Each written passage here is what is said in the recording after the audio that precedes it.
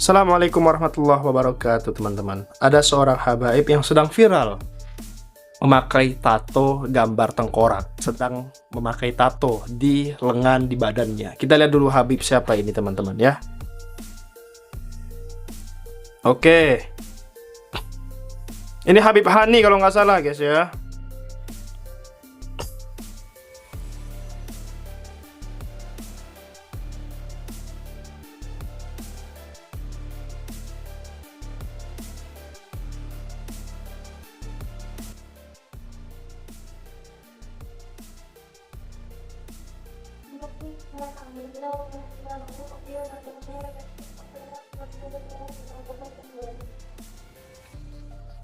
Nah, ini kan Habibmu judulnya.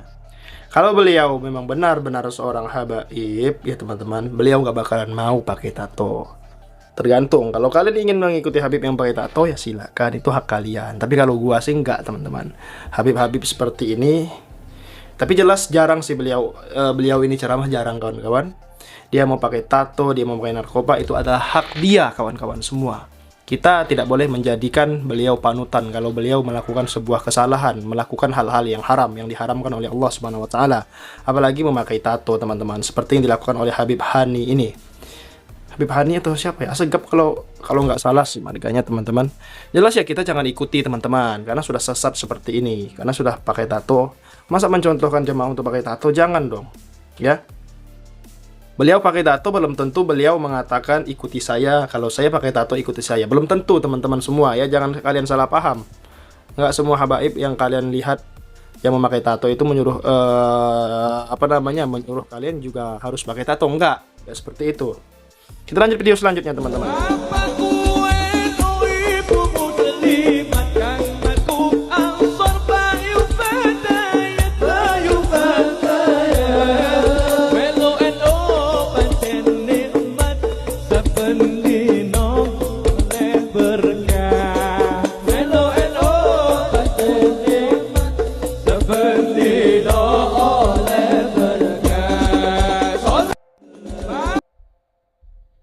Oh, Gus Tuba, guys, ya. Next. Mukimat, mukimat, bentar lagi rungkat. Tukang caci maki, adu domba dan fitnah. Mukimat, mukimat, lagi gawat darurat. Mukimat, mukimat, yang paling laknat. Rigidiu. Next. Madura nih, ngadu kopi di ember. Cuman di Madura nih, Babe Aldo cocok di mari. Kopinya ke ember. Nah. Nah.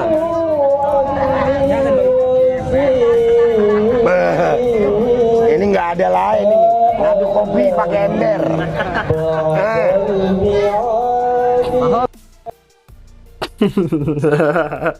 Next. Saya mau bertanya, siapa pencetus jadi sapam ini di Indonesia?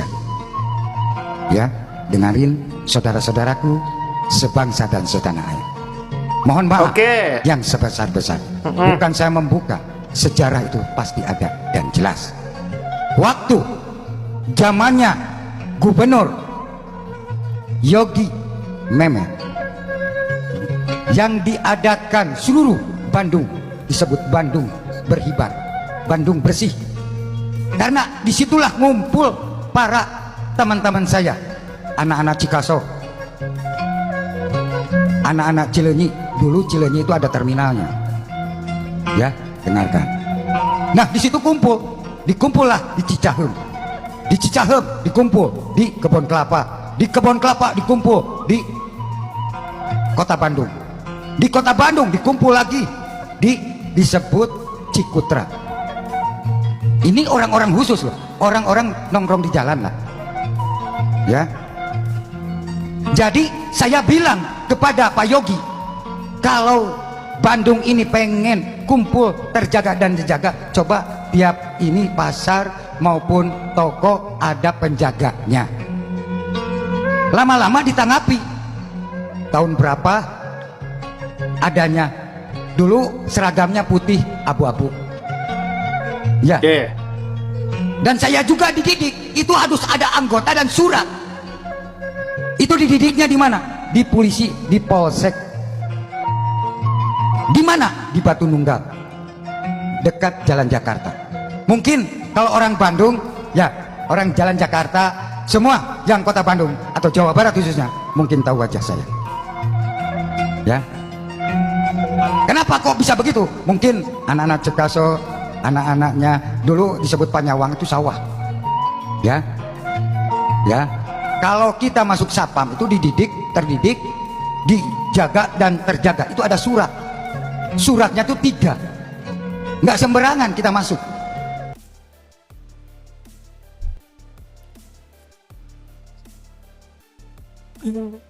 Apa yang diambil dari dalam video ini? Kenapa gua nonton? Astagfirullah. Gufron Al-Bantani, siapa pencetus Satpam? Ya, dia mengakui dia sebagai pencetus Satpam, kawan-kawan ya. Ya deh, ya. Benar atau enggak? Ya benar, silakan lanjutkan. Walid memang bikin emosi, tapi potret mudanya bikin. Ini Walid versi muda ya, kawan-kawan ya. Ya, namanya aktor ya pasti tampan. Dulu.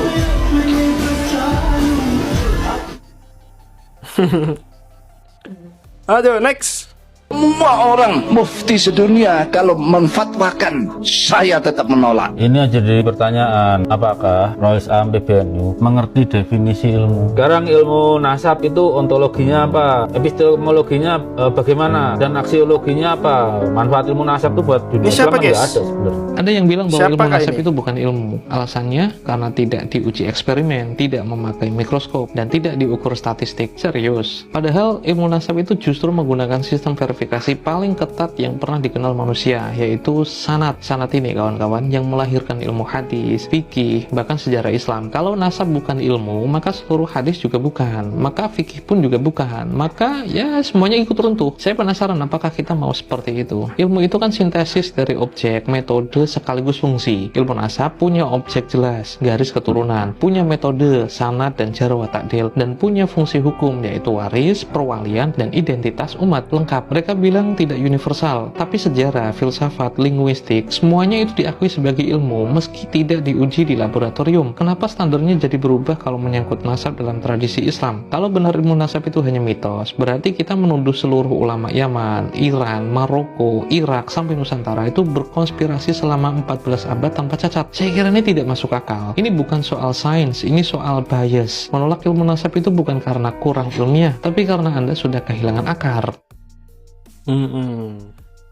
Ya, seperti itulah para geng begal nasab, baik Mama Gufron, Imaduddin, Abbas Buntet, Fuad Pleret, Roma Irama, yang terbaru Abah Etus, Abah siapa ya? Abah Etus kalau nggak salah guys, dan lain-lain teman-teman. Mereka semua pastinya tidak senang terhadap nasab para Habib Ba'alawi. Apalagi ada film yang viral sekarang, yaitu film Bid'ah dari Malaysia yang mencontohkan daripada ulama-ulama ulama-ulama munafik, ulama-ulama dunia yang cinta terhadap selangkangan wanita. Nauzubillah summa nauzubillah min zalik, teman-teman semua ya. Ya, jangan dimasukkan dalam otak bahwasanya orang-orang yang mengaku ulama, yang benar-benar berilmu, yang benar-benar menerapkan akidah Ahlussunnah wal Jamaah, ajaran Islam sesungguhnya, kalian katakan sebagai Walid. Jangan teman-teman. Makanya film Walid ini banyak sekali yang mengkritik karena menyamakan orang-orang yang berpakaian putih, memakai sorban itu sama dengan orang-orang yang cinta terhadap dunia, cinta terhadap wanita, cinta terhadap selangkangan wanita ya. Nauzubillah summa nauzubillah min zalik. Sekian video kali ini, terima kasih. Assalamualaikum.